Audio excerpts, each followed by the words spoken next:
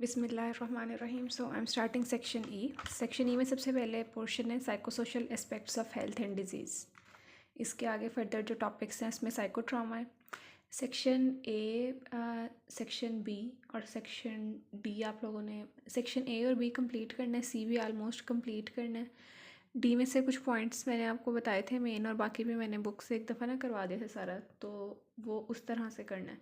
Section E में से सारा नहीं करना, कुछ कह लें कि सिलेक्टिव कुछ इंपॉर्टेंट पॉइंट्स हैं वो करने, बाकी थोड़ा ये लेंथी है, सारा करने की ज़रूरत नहीं है।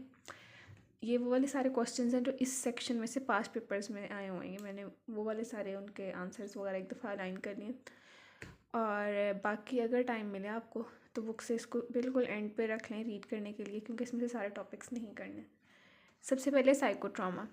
साइकोट्रामा से मुराद है कि कोई आपने एज द वर्ड इंडिकेट्स कोई ट्रॉमा है, कोई ट्रॉमेटिक इवेंट किसी पर्सन के साथ हुआ है, तो अब उसको कैसे परसीव करता है। उस ट्रॉमा के बाद उसकी बॉडी में क्या चेंजेस आती हैं, फिज़िकली, इमोशनली, उसकी कॉग्निशन में क्या चेंजेस आती हैं, वो सारी आती हैं अंडर द हेडिंग ऑफ साइकोट्रामा।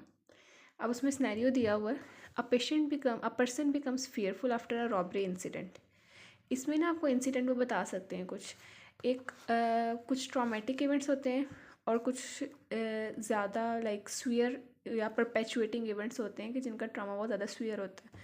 उसको मैंने इसी क्वेश्चन में नीचे आंसर में लिखते थे, क्लासीफाई कर दिया था, ताकि आपके अंडर वन हेडिंग की सारा कुछ कवर हो जाए। उसमें एग्जांपल्स कैसे हमारी बुक में दिए हुए, जैसे कोई डिज़ास्टर है, वॉर है, रेप है, असॉल्ट, वायलेंस है, वायलेंट क्राइम वगैरह, तो उस केस में ये वाले सारे चेंजेस आएंगे बॉडी में। और अगर वैसे कोई भी ट्रॉमेटिक इवेंट है, कोई छोटी सी चीज़ का भी आपको स्ट्रेस हुआ है, तो फिर आपके अंदर ये चेंजेस आएंगे।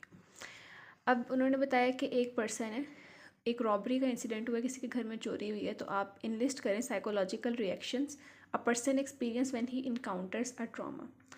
अब उन्होंने ये आपको बता दिया इंसिडेंट, और उसके बाद उन्होंने पूछा क्या है कि ए साइकोलॉजिकल रिएक्शंस, वो सारे रिएक्शंस आप बताएं कि जब कोई भी इंसान कोई भी ट्रॉमा इनकाउंटर करता है तो वो एक्सपीरियंस करता है। उन्होंने ये नहीं कहा कि आप स्पेसिफिकली इसी इंसिडेंट का बताएं, तो इसलिए आपने आंसर में कंप्लीट लिख दिया।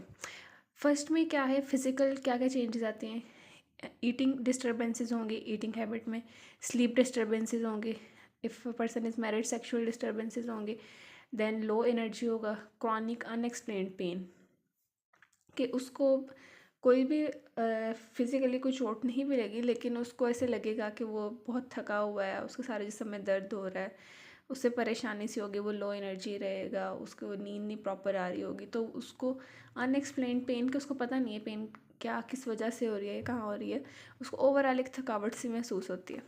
इमोशनल में क्या आएगा कि डिप्रेशन हो सकता है, उससे एनजाइटी हो सकती है, ओसीडी है, इरिटेबिलिटी, कि बहुत ही अटैकी सी नेचर हो जाएगी उसकी, कि वो छोटी छोटी बातों पे ना इरिटेट हो जाएगा, पैनिक अटैक्स आ सकते हैं उसको, इमोशनल नमनेस के बाज़ औक़ात इंसान emotionless, kind of emotional numbness जिसे हम कहते हैं वो रहता है। आपने अक्सर ड्रामा में देखा होगा ना, किसी की डेथ हो गई तो वो बंदा सकते में चला जाता है, जिसे उर्दू में कहते हैं ना, कि वो कुछ भी नहीं रिस्पॉन्ड करे, इमोशनल नमनेस हो गई है, फियरफुलनेस, या वो चीज़ों से खौफजदा हो रहता है। ये वो सारे चेंजेस जो आ सकते हैं, सब में एक साथ इकट्ठे सारे नहीं आते, इनमें से कोई भी आ सकता है, या एक दो का कम्बिनेशन आ सकता है।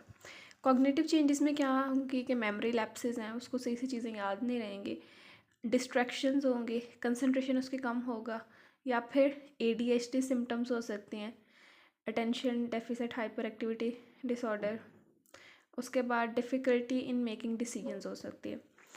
अब उसके बाद इसी में एक्सप्लेन मैंने किया था कि ये सारी बुक से ही है, मोहद्दत राना से।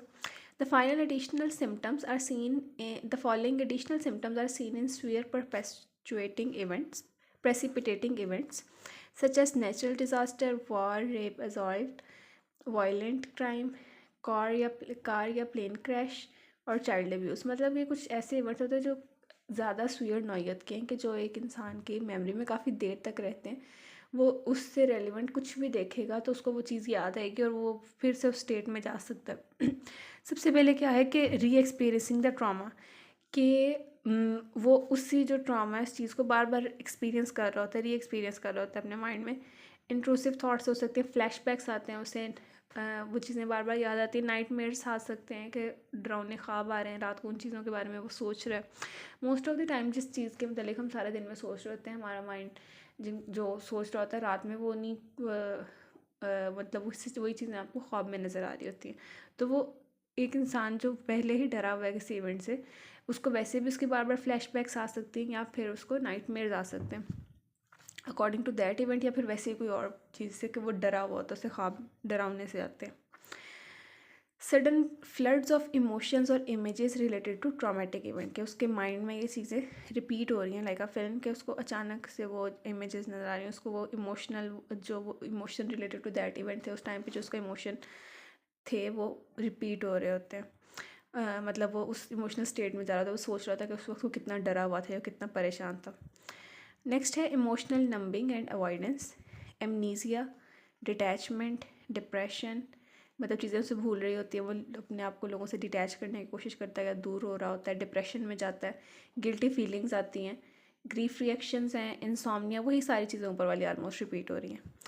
Avoidance of situations that resemble, आपने इस वाले में ना हेडिंग लाजमी याद करनी है, री एक्सपीरियंसिंग द ट्रॉमा, फिर है emotional numbing and avoidance. Next है avoidance of situations that resemble initial event, जैसे कि वो जो भी सिचुएशन हो जो उसके पहले वाले इवेंट से रिजेंबल करती होगी वो उससे अवॉइड करता है। ये तो चलो बहुत एक्सट्रीम है ना कि एक वो कार क्रैश हो गया, प्लेन क्रैश हो गया, अब सिंपल आपकी इंसान सीढ़ियों से भी गिरा हो ना तो वो नेक्स्ट टाइम ज़रा ज़्यादा मुहतात होता है, थोड़ा सा डरा हुआ होता है काइंड ऑफ कि अच्छा अब स्टेयर्स पे मैंने ज़रा थोड़े तमीज़ से चलना है, आहिस्ता चलना है। तो वो हर इंसान के माइंड में कोई भी आपके साथ बुरी चीज़ हो तो आपका वो माइंड में कहीं ना कहीं वो प्रेसिपिटेट कर रहा होता है ट्रॉमा। अब इसमें क्या है, altered sense of time increase, ये ऊपर वाले के साथ है गेस, ऑल्टर, अच्छा नहीं सॉरी, जो इमोशनल अटैचमेंट एंड अवॉइडेंस है ना, ये इमोशनल नंबिंग एंड अवॉइडेंस, इस हेडिंग के अंदर ये सारी पॉइंट्स हैं। नेक्स्ट एक हेडिंग ये re experiencing the trauma, second है इमोशनल नंबिंग एंड अवॉइडेंस। अब इसमें ये सारा हो गया। नेक्स्ट था avoidance of situations that resemble initial event, altered sense of time, increase या इंक्रीज अराउजल, ये इट्स रिगार्डिंग सेक्शुअल एक्टिविटी। तो हाइपर विजिलेंस है कि वो बहुत ज़्यादा विजिलेंट होता है, jumpiness and extreme sense of being on guard, general anxiety, overreactions, sudden unprovoked anger, obsessions with death, वही सारी चीज़ें सेम रिपीट हो रही हैं कि वो इंसान बड़ा हाइपर विजिलेंट होगा, चीज़ों के मतलब ज़्यादा मुहतात हो जाएगा, उसके इमोशनल इंस्टेबिलिटी होगी और उसको सडन वो आउटब्रस्ट ऑफ दैट इमोशंस हो सकती है, एनजाइटी होगी, डिप्रेशन होगा, उसकी ओवरऑल जो है डेली लाइफ वो अपसेट होगी, उसको क्रॉनिक अनएक्सप्लेन्ड पेन होगी, लो एनर्जी पे रहेगा, स्लीप डिस्टर्बेंसेस होंगी, ईटिंग पैटर्न उसका चेंज होगा, उसमें डिस्टर्बेंसेस हो जाएंगी। अब इसके अगर ये क्वेश्चन आता है ना तो पेपर में इफ़ यू हैव टाइम तो आपकी सारी डिटेल्स लिखते, नहीं तो इसमें से इतने ज़्यादा पॉइंट्स बताएं, कोई एक दो तो याद रहेंगे ना, तो वो आपने लिख देने। नेक्स्ट